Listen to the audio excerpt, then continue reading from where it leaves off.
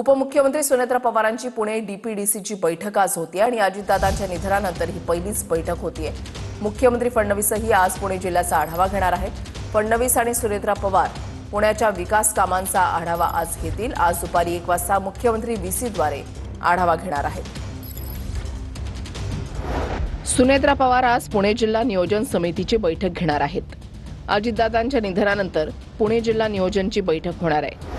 पुण्याच्या पालकमंत्री म्हणून सुनेत्रा पवारांची पहिलीच बैठक असेल। सर्व आमदार, खासदार आणि जिल्हा नियोजन समिती सदस्यांना बैठकीचं निमंत्रण देण्यात आलंय।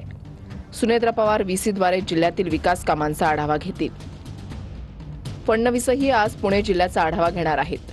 पुणे जिल्हा नियोजन बैठकीनंतर फडणवीस बैठक घेतील। सगळ्या आमदारांना बैठकीला उपस्थित राहण्याच्या सूचना देण्यात आल्या।